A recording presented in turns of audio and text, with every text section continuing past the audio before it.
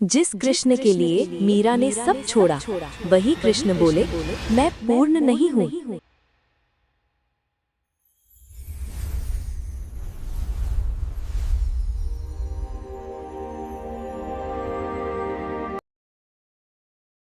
माँ, ओ माँ, देखो तो सही, ये सांवरिया आज फिर मुझे देखकर मुस्कुरा रहे हैं। क्या इनकी आंखों में कोई जादू है? मैं जिधर जाती हूँ इनकी आंखें वहीं मेरे पीछे पीछे आती हैं। क्या ये मुझसे कुछ कहना चाहते हैं? लाडो, ये कोई साधारण मूर्ति नहीं है, ये तो साक्षात गिरधर गोपाल हैं। ये बातें भी करते हैं और मुस्कुराते भी हैं, पर उनकी आवाज वही सुन सकता है जो इन्हें कान से नहीं, हृदय से सुने। जो इन्हें सच्चे प्रेम से पुकारता है, ये नंगे पैर उसके पास दौड़े चले आते हैं। सच में माँ, पर ये तो पत्थर के बने हैं, हिलते भी नहीं, फिर ये दौड़ेंगे कैसे? और माँ, ये बताओ, इन्होंने इतना भारी पर्वत अपनी इस नन्ही से उंगली पर कैसे उठा लिया? क्या इनके हाथ में दर्द नहीं हुआ होगा? मीरा, जो पूरी सृष्टि का भार अपने एक संकल्प पर उठा सकते हैं, उनके लिए एक पर्वत तो तिनके के समान है। उन्होंने पर्वत इसीलिए उठाया ताकि वे अपने मित्रों और ग्वालों को बारिश और इंद्र के प्रकोप से बचा सकें। ये अपने भक्तों के रक्षक है लाडो। रक्षक है तो फिर चोर क्यों कहलाते हैं? सब कहते हैं कि ये माखन चुराते हैं। क्या इन्हें हमारे राजमहल का बढ़िया भोजन अच्छा नहीं लगता? यहाँ तो 56 भोग बनते हैं, फिर ये बेचारी गोपियों के घर जाकर मटकियाँ क्यों फोड़ते हैं? माखन तो बस एक बहाना है, असली माखन तो भक्त का निर्मल मन है। ये घर घर जाकर माखन नहीं चुराते, बल्कि भक्तों के भीतर छिपे अहंकार और बुराइयों को चुरा लेते हैं। जो इनके सामने शून्य हो जाता है, ये उसी के हो जाते हैं। और माँ, ये सिर पर मोर पंख क्यों लगाते हैं? क्या इन्हें गहने पसंद नहीं? और ये बांसुरी, क्या ये सबको अपनी धुन पर नचाने का कोई जादू करते हैं? मोरपंख बताता है कि ईश्वर को प्रकृति की हर चीज से कितना प्रेम है। और रही बात बांसुरी की, तो इनकी बांसुरी प्रेम की वो पुकार है जिसे सुनकर यमुना की लहरें ठहर जाती हैं, पशु पक्षी सुध बुध खो देते हैं और पूरी सृष्टि शांत हो जाती है। इनकी बांसुरी सबको मोहती नहीं, बल्कि सबको सत्य के मार्ग पर बुलाती है। पर माँ, एक बात सोचकर मेरा मन छोटा हो जाता है। आप कहती हैं कि ये बड़े शक्तिशाली हैं, राजाओं के भी राजा हैं, पर मेरे पास तो न ढेर सारा धन है, न कीमती रत्न। मैं तो बस एक छोटी सी बच्ची हूँ। क्या ये साक्षात ईश्वर मुझ जैसी छोटी और साधारण बच्ची को अपना मित्र बनाएंगे? क्या ये मुझसे भी प्रेम करेंगे? मेरी भोली लाडो, कृष्ण सोने चांदी के महलों में नहीं, बल्कि साफ सुथरे हृदय में बसते हैं। वे धन के नहीं, केवल भाव के भूखे हैं। एक सुदामा के चावलों में उन्हें जो स्वाद मिला, वह राजाओं के पकवानों में नहीं मिला। तुम बस इन्हें अपना मान लो, फिर देखना ये जीवन भर तुम्हारा हाथ नहीं छोड़ेंगे। चाहे सारी दुनिया तुम्हारा साथ छोड़ दे, पर ये गिरधर सदा तुम्हारे संग रहेंगे। सच माँ, क्या ये हमेशा मेरे साथ खेलेंगे?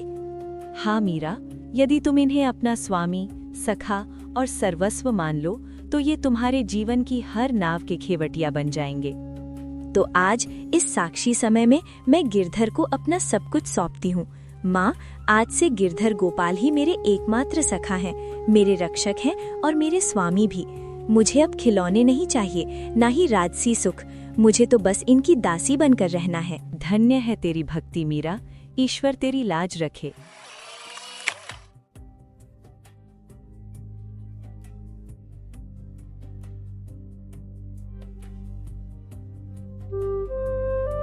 मीरा, अरे ओ मीरा, क्या आज सारा दिन इसी कोने में बैठी रहोगी? देखो, सूरज ढलने को है और हवा कितनी शीतल चल रही है। खेल के मैदान में भी इस मूर्ति को सीने से लगाए बैठी हो।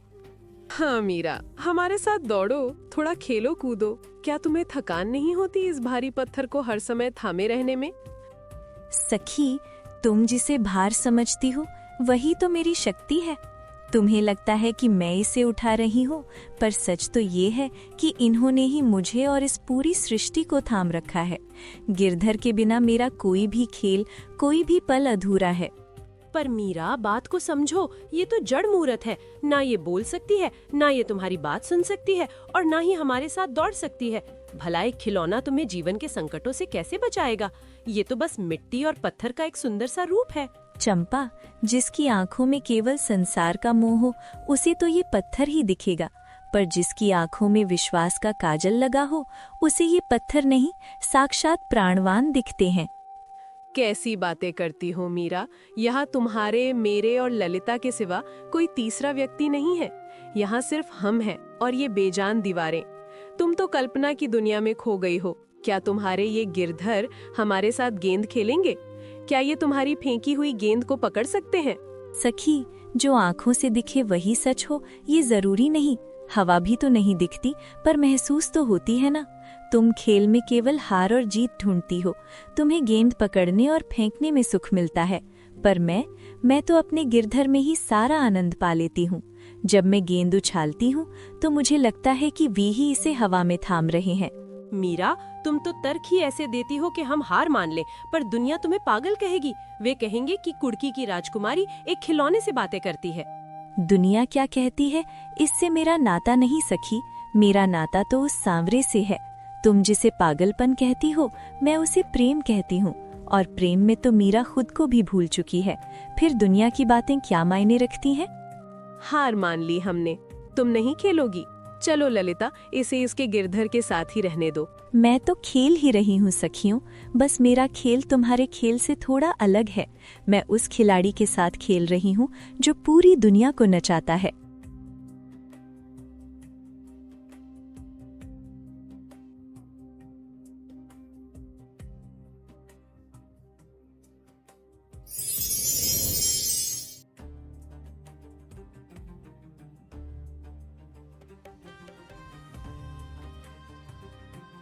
महारानी, मेरा अब सयानी हो गई है, पर उसकी गिरधर के प्रति ये दीवानगी देख मेरा मन अशांत है।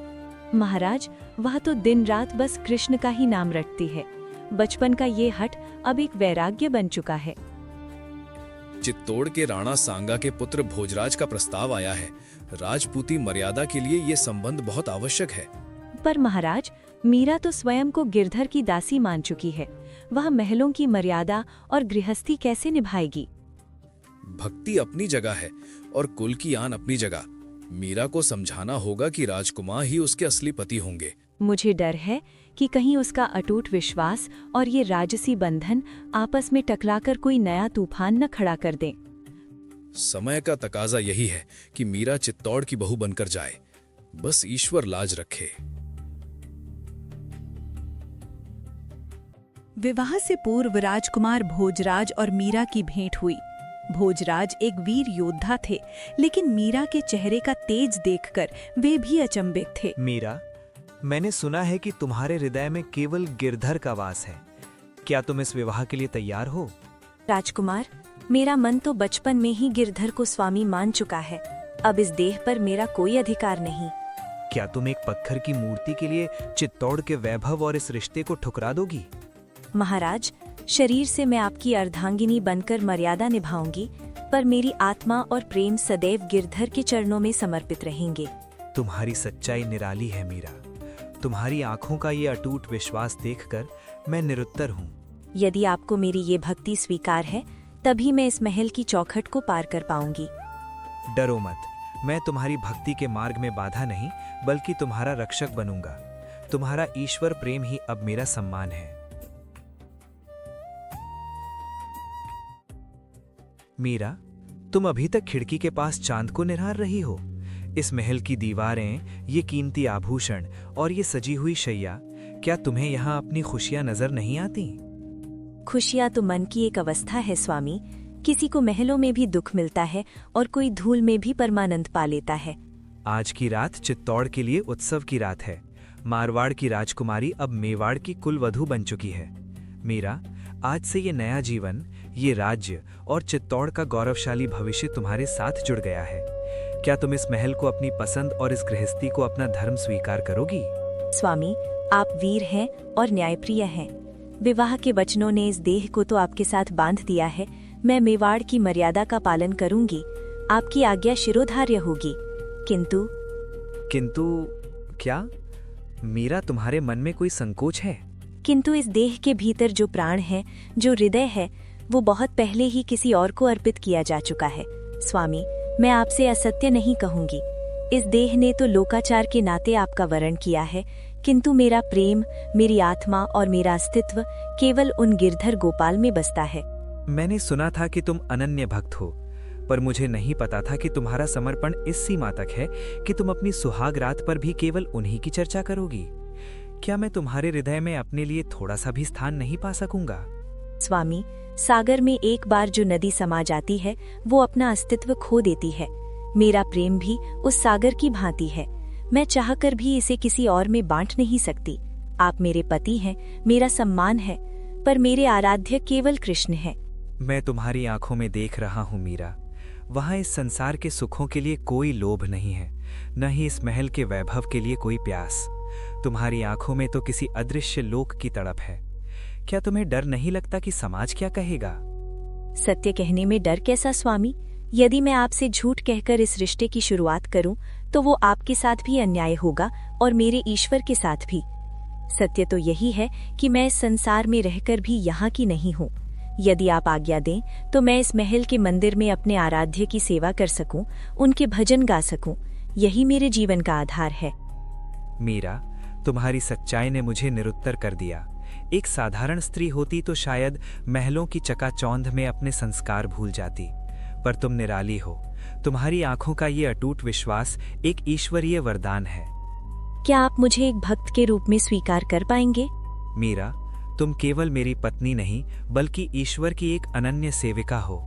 चित्तौड़ वीरों की भूमि है और यहाँ सत्य का सम्मान किया जाता है। मैं तुम्हारी भक्ति के मार्ग में कभी दीवार बनकर खड़ा नहीं होऊंगा। मैं वादा करता हूँ कि मेवाड़ का ये राजकुमार तुम्हारी साधना का रक्षक बनेगा, बाधक नहीं।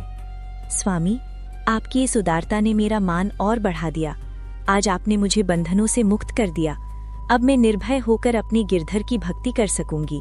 आपकी ये दया मैं जीवन भर नहीं भूलूंगी। जाओ मीरा, अपने गिरधर की आरती करो। तुम्हारी प्रार्थनाओं में शायद चित्तौड़ का भी कुछ भला हो जाए। आज से तुम स्वतंत्र हो, भक्ति के लिए भी और अपनी आत्मा के चयन के लिए भी।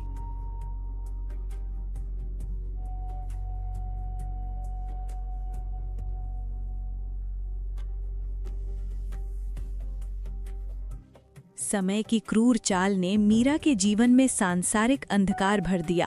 विवाह के 4 वर्ष बाद ही पति का साथ छूट गया, पर मीरा के लिए संसार टूटने पर भी उसके गिरधर हमेशा साथ थे। लोग कहते हैं मीरा का सुहाग लुट गया, पर मेरा सुहाग तो वो सांवरा है जो न कभी जन्म लेता है न जिसकी मृत्यु होती है। इस संसार का नाता कच्चा था सो टूट गया। अब तो बस मेरे गिरधर गोपाल हैं जिनका दामन मैं कभी नहीं छोड़ूंगी। लोग विधवा कहकर उपहास करेंगे, पर मैं तो उस अविनाशी की सुहागिन हूँ। अब ये जीवन पूरी तरह उनके चरणों में समर्पित है। वैधव्य के बाद मीरा की भक्ति ने एक ज्वाला का रूप ले लिया। अब न उन्हें लोक लाज का भय था और न ही राजमहल की बंदिशों की चिंता। मीरा प्रतिदिन मंदिर जाया करती थीं। उसी मार्ग में एक पवित्र स्थान पर परम संत कबीर साहिब और संत रविदास जी सत्संग किया करते थे। एक दिन मीरा के कानों में कबीर साहिब की वाणी पड़ी, जिसने उसे वहीं ठिठकने पर मजबूर कर दिया। साधो, ये जग अंधा है। जैसे मृग अपनी ही नाभि की कस्तूरी को जंगल जंगल खोजता फिरता है, वैसे ही मनुष्य उस अविनाशी परमात्मा को मंदिरों और मस्जिदों में ढूंढ रहा है। पर सत्य क्या है? मौको कहाँ ढूंढे रे बंदे, मैं तो तेरे पास में। ना मंदिर में, ना मस्जिद में, ना काशी कैलाश में। खोजी होए तुरंत मिल जाऊं, पल भर की तलाश में। कहे कबीर सुनो भई साधो, मैं तो हूं विश्वास में। गुण तीनों की भक्ति में भूल पड़ा संसार। कहें कबीर निज नाम बिन कैसे उतरे पार। साधो, ये जीवन 4 दिन की चांदनी है। काल सबको खा रहा है, इसलिए कल पर मत टालो। जो करना है अभी करो। उस परम पुरुष का सिमरन अभी करो, क्योंकि श्वास का कोई भरोसा नहीं। ये वाणी सुनते ही मीराबाई के अंतःकरण में बिजली सी कौंध गई, क्योंकि श्री कृष्ण की अनन्य भक्त होते हुए भी ये ज्ञान उनके लिए बिल्कुल नया था। महाराज, आपके वचनों ने मेरी आंखें खोल दी हैं, पर मन व्याकुल है। आज तक मैंने जिसे सत्य मानकर पूजा, आज आप उसे काल के चक्र में बता रहे हैं। क्या राम कृष्ण हरि की भी मृत्यु होती है? ऐसी बात मैंने पहले कभी नहीं सुनी। बेटी, जो तूने अब तक सुना वो लोक वेद और सुनी सुनाई दंत कथाएं हैं। मैं वही सुनाने आया हूं जो तूने कभी नहीं सुना। सत्य कड़वा है। देह चाहे राजा की हो या अवतार की, जो जन्म लेता है उसे ये चोला छोड़ना ही पड़ता है। श्री कृष्ण और राम भी इस नश्वर संसार से विदा हुए। तो क्या मेरी भक्ति अधूरी थी? क्या मेरा गिरधर पूर्ण अविनाशी नहीं है? भक्ति अधूरी है, व्यर्थ नहीं। तुमने जिसे पकड़ा है वो उस पूर्ण परमात्मा का एक अंश मात्र है। वे त्रिदेव और अवतार त्रिगुणमयी माया के भीतर हैं, लेकिन वो पूर्ण ब्रह्म, वो अविनाशी कबीर परमात्मा इन सब से परे है। वो ना जन्मता है ना मरता है। महाराज, फिर वो मार्ग क्या है? मुझे उस पूर्ण परमात्मा से मिला दे जो इस जन्म मरण के जाल से मुक्त कर दे। हाँ बेटी, तुझे वो नाम और तत्व ज्ञान दूंगा जो तुझे उस सतलोक ले जाए जहां काल का वास नहीं। महाराज जी, मुझे भगवान कृष्ण साक्षात दर्शन देते हैं। बेटी, आप स्वयं भगवान कृष्ण से पूछ लेना कि आपसे ऊपर कोई शक्ति है या नहीं। भगवान कभी झूठ नहीं बोलते हैं।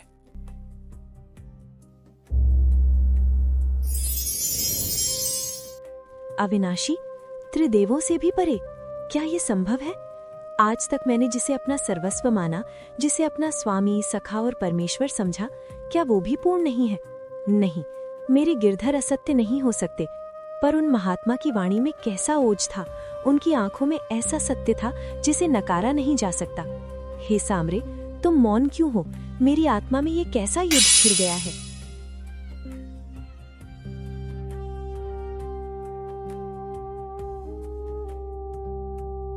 प्रभु, आप आ गए। मेरे मन के संशय को शांत करने आप स्वयं आ गए। मीरा, तुम्हारी व्याकुलता ने मुझे विवश कर दिया। तुम्हारे हृदय में जो आंधी चल रही है उसकी तपिश मुझ तक पहुंच रही है। बोलो मीरा, क्या पूछना चाहती हो? प्रभु, आज तक मैंने आपको ही आदि और अंत माना। मैंने आपको ही वो परम शक्ति माना जिसके इशारे पर पूरी सृष्टि नाचती है। पर आज संतों की वाणी ने मेरे विश्वास की नींव हिला दी है। वे कहते हैं कि काल का चक्र आप पर भी चलता है। वे कहते हैं कि श्री कृष्ण और श्री राम भी उस पूर्ण परमात्मा के अंश मात्र हैं, पूर्ण नहीं।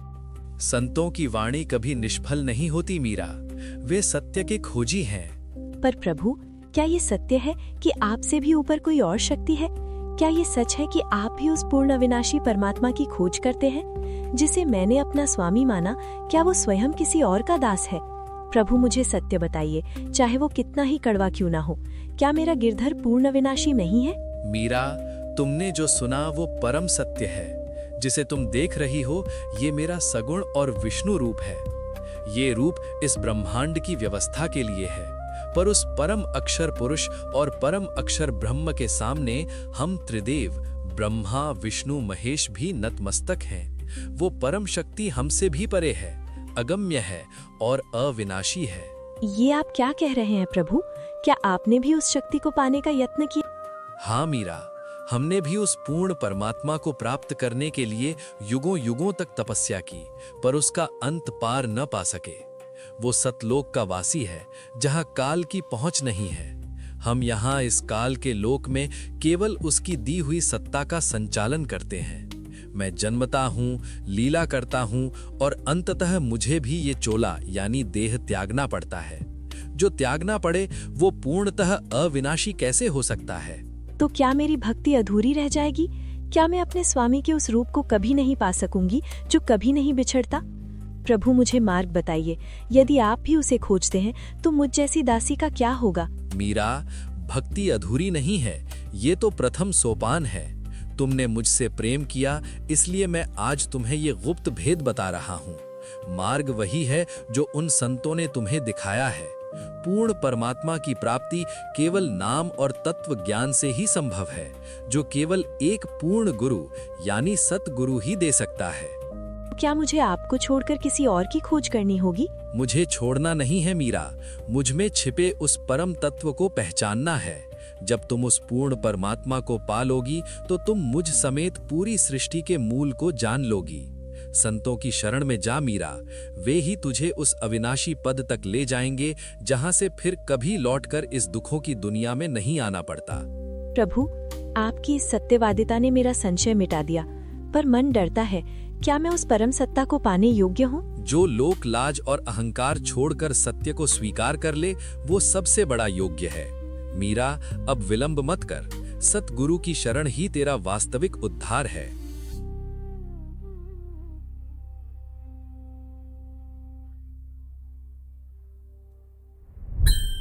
प्रभु, रुकिए, प्रभु। समझी, स्वामी ने स्वयं मार्ग दिखा दिया। अब मुझे उस पूर्ण परमात्मा के नाम की तलाश है। कल की भोर मेरे जीवन की एक नई शुरुआत होगी। अगली सुबह मीरा फिर संतों के पास पहुंची। भगवान, मुझे सत्य मिल गया, अब विलंब कैसा? बेटी, सत्य को जान लेना एक बात है और सत्य को पा लेना दूसरी। ज्ञान की खेती तब तक फल नहीं देती जब तक उसे सद्गुरु के नाम का जल न मिले। तो भगवान, मुझे वो मार्ग दिखाइए। मुझे अभी नाम दीक्षा देकर इस भवसागर के अंतहीन चक्र से पार उतारिए। मैं इस जन्म मरण के बंधन से थक चुकी हूँ। बेटी मीरा, भक्ति का पहला और सबसे अनिवार्य कदम सद्गुरु की शरण है। बिना गुरु के नाम की पतवार के ज्ञान की नाव मंझधार में डूब जाती है। जा बेटी, वो जो सामने बैठा ईश्वर का अनन्य सेवक है, वही संत रविदास जी तुझे वो सच्चा नाम देंगे। तू उन्हीं से दीक्षा ले, तेरा कल्याण वहीं से होगा। मीराबाई बिना किसी झिझक के संत रविदास जी के पास गईं, जो पास ही बैठकर प्रभु स्मरण में लीन थे। महाराज जी, इस भटकी हुई आत्मा को अपनी शरण में लीजिए। मुझे नाम दान देकर कृतार्थ कीजिए। मैंने सुना है कि आपके पास वो कुंजी है जो मोक्ष के द्वार खोलती है। बेटी, तू कहाँ की राजकुमारी और मैं कहाँ एक साधारण चर्मकार। मेरा काम फटे हुए जूतों को जोड़ना है और तेरा जीवन महलों की रेशमी दीवारों में पला है। तू यहाँ इस धूल भरी कुटिया में क्या ढूंढने आई है? महाराज, आप चमड़ा जोड़ते हैं और मैं टूटे हुए मन को जोड़ने आई हूँ। आप बाहर के जूतों की मरम्मत करते हैं और मैं अपनी आत्मा के फटे हुए भाग्य को संवारने आई हूँ। मुझे आपके काम से नहीं, आपके राम अर्थात नाम से प्रयोजन। बेटी, एक बार फिर विचार कर ले। ये पथ तलवार की धार पर चलने जैसा है। मैं जाति का चमार हूँ और तू ठाकुरों की कुलवधू, मेवाड़ की शान। यदि तू मेरे चरणों में बैठकर नाम लेगी तो समाज तुझे थूकेगा। तेरे अपने ही कुल के लोग तेरी निंदा करेंगे। क्या तू ये लोक लाज और भयानक अपमान सह पाएगी? महाराज, जिस लाज की आप बात कर रहे हैं वो तो केवल इस हाड़ मांस के शरीर का आवरण है। मैंने वो सब गिरधर के चरणों में बहुत पहले ही छोड़ दिया है। आप मेरे पिता समान हैं और मैं आपकी बेटी बनकर आई हूँ। मुझे संसार की उस झूठी इज्जत की कोई चाह नहीं जो शमशान की राख के साथ उड़ जानी है। मीरा, संतों का अपमान तो सारा संसार करता है, पर अपनों का तिरस्कार सहना सबसे कठिन है। तेरे देवर, तेरे सगे संबंधी तुझे कुल नाशिनी कहेंगे। क्या तू उस वक्त विचलित नहीं होगी? महाराज, जब समुद्र में गोता लगा ही लिया तो लहरों से शोर क्या डरना। मुझे केवल वो नाम चाहिए जो अविनाशी है। लोग क्या कहेंगे, मुझे इसका रत्ती भर भी भय नहीं है। मुझे बस इस काल के बंधन से मुक्त कर दीजिए। आपकी जाति क्या है ये जिज्ञासु नहीं देखता, वो तो बस ये देखता है कि गुरु के पास ज्ञान का भंडार है या नहीं। बेटी, लोग तो कहेंगे कि मीरा बावली हो गई है। लोग कहेंगे कि राजपुतनी का खून अब पानी हो गया है। महाराज, यदि भगवान को पाने के लिए बावला होना पड़े तो वो पागलपन मुझे स्वीकार है।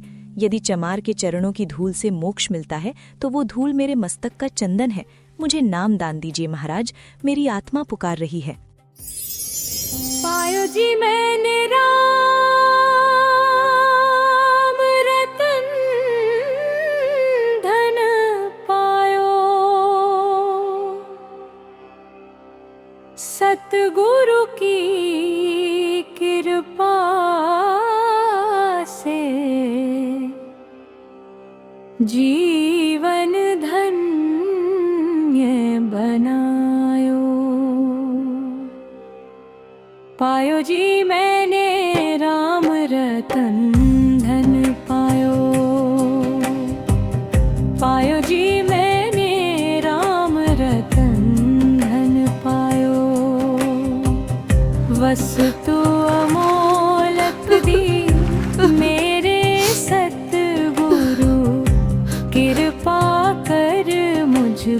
अपनायो, जग के झूठे सुख सब त्यागे, नाम रतन मन में बसायो।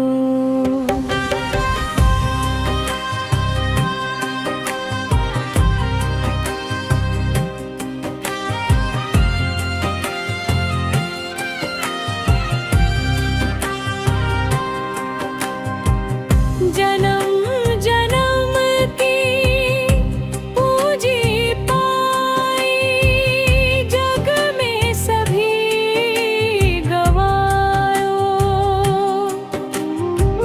न खर्चे घटे ना कभी टूटे, दिन दिन बढ़त सवायो। पायो जी रतन धन पायो, पायो जी मैंने राम रतन धन पायो। खर्चे नाही चोर ना लेवे, सांस सांस में राम समायो। सत के पथ पर चलना सिखलाया, सच्चा धन ये है पायो। पायो जी मैंने राम रतन धन पायो, पायो जी मैंने राम रतन धन पायो।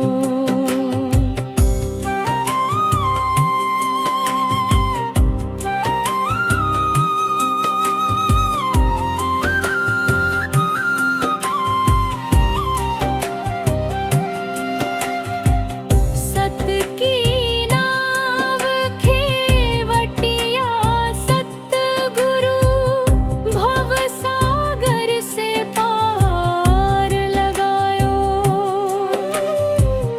मीरा के प्रभु गिरधर नागर, हरख हरख जस गायो।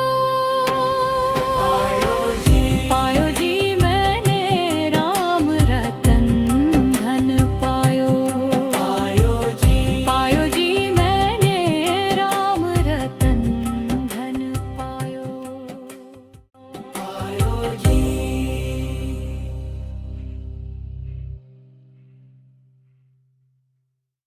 क्या किसी के पास कोई उत्तर नहीं है? क्या संपूर्ण मेवाड़ का विवेक मर चुका है? महाराणा सांगा की पुत्रवधू चित्तौड़ की मर्यादा आज एक चमार के चरणों में बैठी है और तुम सब यहाँ बुत बने खड़े हो। महाराज शांत हो जाइए। रानी साहिबा की भक्ति। भक्ति? इसे तुम भक्ति कहते हो? राजसी वस्त्रों का त्याग कर दिया, नुपुर बांधकर साधुओं के साथ नाच रही है। लोग हमारे महलों की ओर उंगली उठाकर हंस रहे हैं। वे कहते हैं कि मेवाड़ का सूर्य अब ढलने लगा है क्योंकि घर की लक्ष्मी ने कुल की लाज बेच दी है। महाराज, नगर में चर्चा है कि रानी मीरा अब भेदभाव नहीं मानती। वे कहती हैं कि आत्मा की कोई जाति नहीं होती। उन्होंने संत रविदास को अपना गुरु मानकर कुल की परंपरा तोड़ दी है। परंपरा नहीं तोड़ी, मेरा हृदय चीर दिया है उसने। क्या मेवाड़ में ब्राह्मणों और ऋषियों की कमी थी? एक शूद्र को गुरु बनाकर उसने हमारे पूर्वजों का अपमान किया है। मैं ये कलंक नहीं सहूंगा। सैनिकों, सपेरे को भीतर लाओ।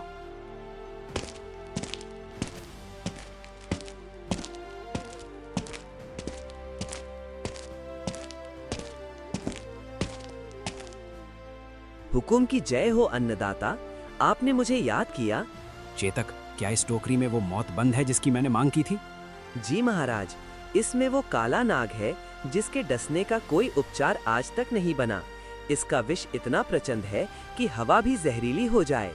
उत्तम, इसे एक सुंदर रत्न जड़ित पेटी में रख दो और इसे रानी मीरा के पास ले जाकर कहो कि राजा ने सुलह के लिए 9 लखा हार भेजा है। आज देखते हैं उसका वो गुरु उसे मौत के जबड़े से कैसे बचाता है। मीरा, तुम इतनी शांत कैसे रह लेती हो? पूरे महल में तुम्हारे विरुद्ध षड्यंत्र रचे जा रहे हैं। सुना है महाराज ने आज दरबार में भारी सभा बुलाई थी। अशांति तब होती है जब हम कुछ पाने की इच्छा रखते हैं। मैंने तो अपना सर्वस्व गिरधर को सौंप दिया है। अब जो कुछ घटता है वो उनकी मर्जी है। मुझे डर किस बात का? पर मीरा, महाराज विक्रमजीत तुम्हारे पति भोजराज की तरह उदार नहीं है। उनका क्रोध सर्व विनाशकारी है।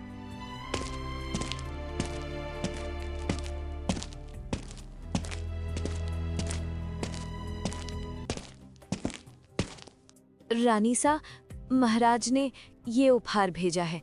उन्होंने कहा है कि वे अपनी भूल सुधारना चाहते हैं। ये आपके लिए सबसे अनमोल भेंट है। उपहार? महाराज ने? मीरा, इसे मत छूना, इसमें कुछ काला है। महाराज इतनी जल्दी नहीं बदल सकते। सखी, संदेह का कोई अंत नहीं होता। यदि महाराज ने प्रेम भेजा है तो स्वीकार करना मेरा कर्तव्य है, और यदि उन्होंने दंड भेजा है तो वो मेरा भाग्य है। महाराज ने कहा है कि इसे एकांत में ही खोले और तुरंत गले में धारण करें। ठीक है, तुम जाओ। देखो ललिता, ये पेटी कितनी सुंदर है। मीरा, हटो, ये तो नाग है। भागो यहाँ से। पहरेदार, बचाओ। शांत हो जाओ ललिता, भागना कैसा? क्या ये नाग भी मेरे प्रभु की रचना नहीं है? हे प्रभु, यदि आप इस रूप में मुझसे मिलने आए हैं तो आपका स्वागत है। ये क्या हुआ? वो नाग कहाँ गया? ये हार, ये तो अभी जीवित था। मैंने कहा था ना, वे हर जगह हैं। जो काल बनकर आया था वो मेरा श्रृंगार बन गया। अभी तक कोई खबर क्यों नहीं आई? क्या उस नाग ने अपना काम नहीं किया?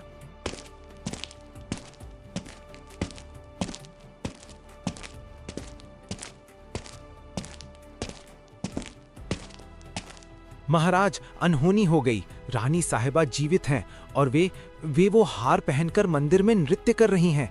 वो नाग सचमुच हार बन गया। झूठा, तुम सब मिले हुए हो। कोई नाग हार नहीं बन सकता।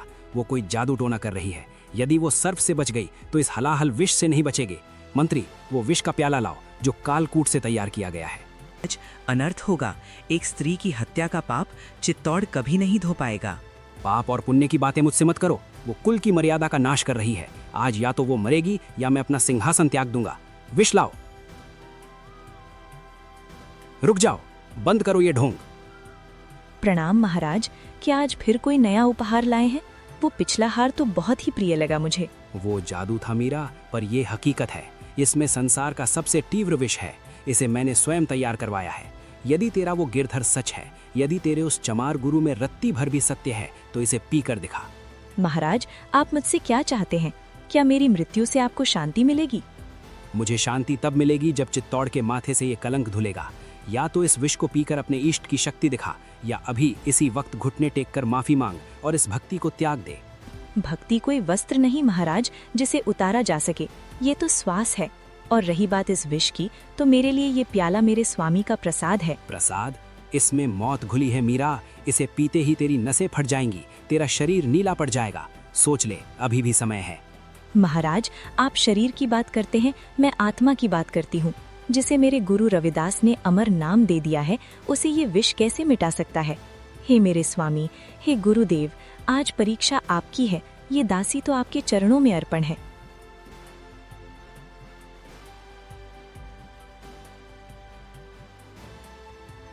तू अभी तक खड़ी क्यों है? तुझे दर्द क्यों नहीं हो रहा? तेरे चेहरे पर शिकन क्यों नहीं है? महाराज, ये विष कहाँ है? ये तो शीतल जल से भी अधिक मधुर है। इसमें तो मुझे मेरे सांवरे के अधरों का अमृत अनुभव हो रहा है। नहीं, ये नामुमकिन है। सैनिकों, देखो इसे। क्या ये कोई प्रेत है? महाराज, प्रेत वो है जो नफरत में जीता है, जीवित वो है जो प्रेम में जीता है। आपने विष दिया, मेरे मालिक ने उसे अमृत कर दिया। अब आप ही बताइए, जीत किसकी हुई? आपकी सत्ता की या मेरे विश्वास की?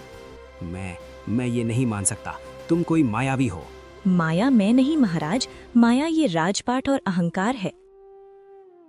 जब राजा के सारे हथियार फेल हो गए तो उसने मीरा की माँ को बुलाया। उसने सोचा कि ममता के जाल में मीरा फंस जाएगी। मीरा, मेरी बात सुन बेटी, ये तूने क्या रास्ता चुन लिया है? उन साधु संतों की मंडली में बैठना तुझे शोभा नहीं देता। वहाँ तो हरि की चर्चा होती है। संतों के सानिध्य में ही तो सच्चा सुख और ज्ञान मिलता है। इसमें बुरा क्या? बुराई ज्ञान में नहीं, लोक मर्यादा में है बेटी। तू एक राजघराने की बहू है, राजा की बेटी है। जब तू गली मोहल्ले में आम लोगों और साधुओं के बीच बैठती है तो पूरा नगर हमारी हंसी उड़ाता है। माँ, जिसे भगवान से लगन लग जाए उसे दुनिया की हंसी से क्या भय? माँ, समझ बेटी, ये दुनिया बहुत निष्ठुर है। लोग कह रहे हैं कि मीरा ने कुल की लाज बेच दी। हमारे खानदान की इज्जत तेरे हाथों में है।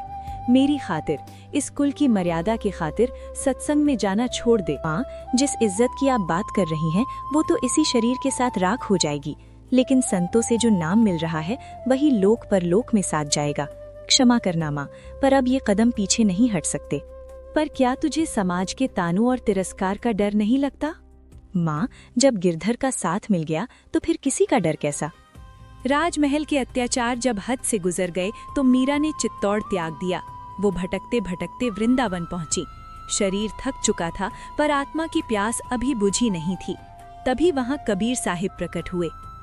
गुरुदेव, आप यहाँ? उस महल में देवर रोज नहीं बकवास करता था, कभी विष भेजता तो कभी तलवार से मारने की चेष्टा करता। उन कष्टों से तंग आकर मैंने घर त्याग दिया और यहाँ शरण ली। बेटी, वो तो देह के कष्ट थे, पर आत्मा का कल्याण अभी शेष है। तूने जिसे अब तक पूर्ण मान लिया वो तो केवल शुरुआत थी। जो मंत्र तूने पहले लिया वो प्रथम सीढ़ी थी। महाराज, क्या इससे आगे भी कुछ शेष है? क्या मेरी साधना अभी पूर्ण नहीं हुई? हाँ मीरा, उसके आगे सतनाम है। वही वो गुप्त मंत्र है जो आत्मा को काल के जाल से निकालकर सतलोक पहुंचाता है। वो सत्य ज्ञान मेरे पास है और मैं ही तुझे प्रदान कर सकता हूँ, क्योंकि वो और किसी के पास नहीं है। कि दयालु, मेरी आंखें खोलने के लिए धन्यवाद। मुझे वो पूर्ण नाम दान दीजिए ताकि इस आवागमन के चक्कर से मेरा सदा के लिए कल्याण हो जाए। जाग बेटी, अब समय आ गया है कि तू उस अविनाशी पद को प्राप्त करे जहाँ फिर कभी लौटना नहीं पड़ता।